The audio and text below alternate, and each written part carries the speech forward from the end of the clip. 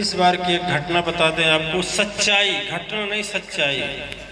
एक सदगुरु के निर्देशानुसार एक धर्म परायण मातृशक्ति धर्म माता उमा को जन्म देने वाली पूजनीय उम्र हो चुका था, शरीर छोड़ चुके थे। सदगुरु का जितना धर्म करना है उतना करने का निर्देश हो गया। और हमने अपने इस बार बता रहे हैं गाड़ी ट्रेन का टिकट कैंसिल करा दिया और फ्लाइट का टिकट ले लिया।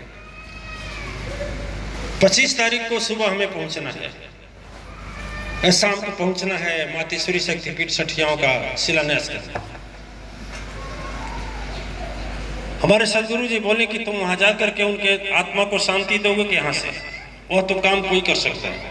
इन ऐसी सत्य और धर्म व्रत वाली महादेवी जो कि आश्रम में रहकर तपस्या करते हुए अपने शरीर को छोड़ी, ऐसी तपस्विनी के लिए तुम यहाँ बैठ करके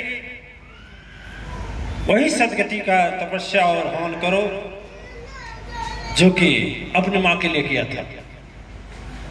आदेश तो हो गया।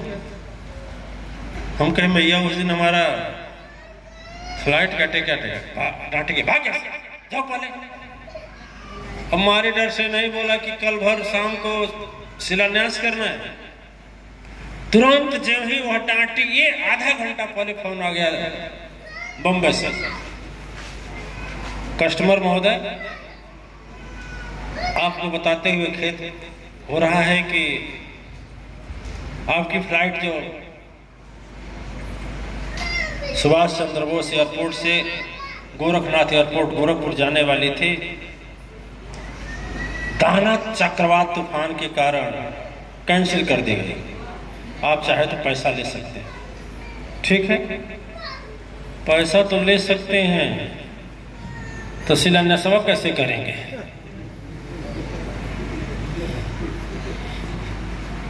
है? पैसा तो ले सकते हैं। और जो महा देवी तपस्विनी मातृशक्ति थी उनका तो तपस्या कर दूंगा सदगति के लिए, और हमें विश्वास भी है कि वह दिल से बड़ी साफ थे और उस सच्चे विचार की थी बेचारी।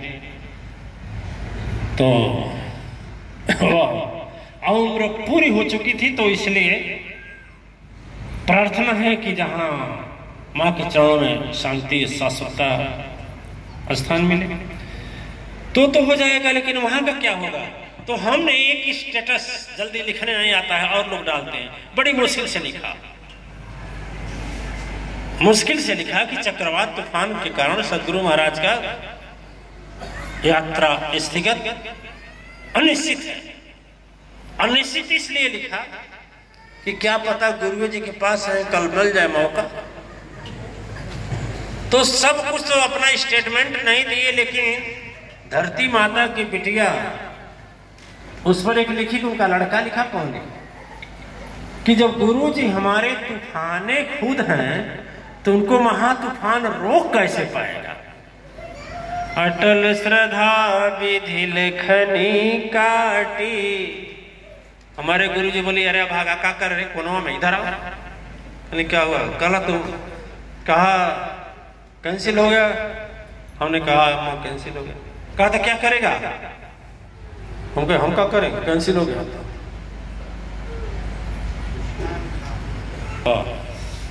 बार महाराज जी देखिए, आचार्य सर्वात्मानंद जी महाराज, आचार्य सर्वदानंद जी महाराज इस्लाम धर्म वाले को भी प्रेरणा देते हैं अश्वमेध महायज्ञ के लिए।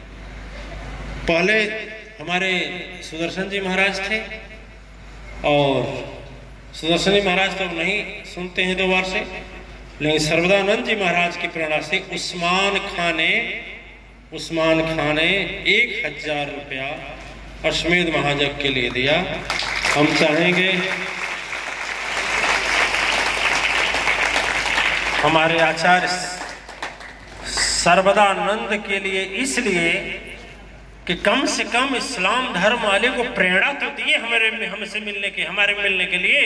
कम बात है का, जितनी कट्टरवादिता चल रही है, तो इसलिए आचार्य सर्वदानंद के लिए भी एक हृदय से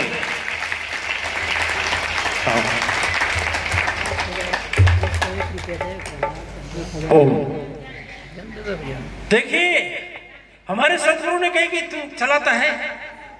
अब डोरन का बोले, हाँ नम्मे नपे, आप जैसा थोड़ा चढ़ कर बात कर रहे हैं, थर्रा जाती है हिम्मत।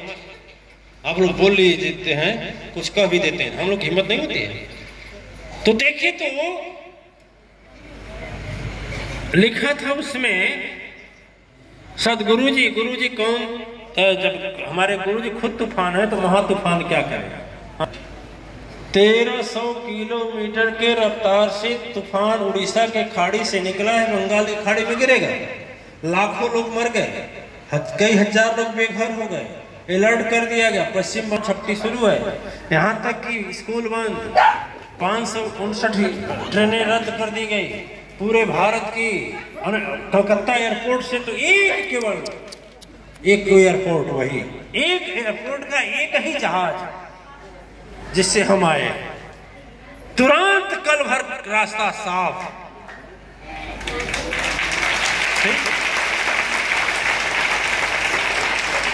और हमारे सदगुरु जी कहे काम कर, जल्दी जो भाग यहाँ से भाग, खाली कर। हमने कहा टिकट आओ, कहा तक टिकट आ गया तुम्हारा, बोर्डिंग पास है, जाओ। क्यों जाओ?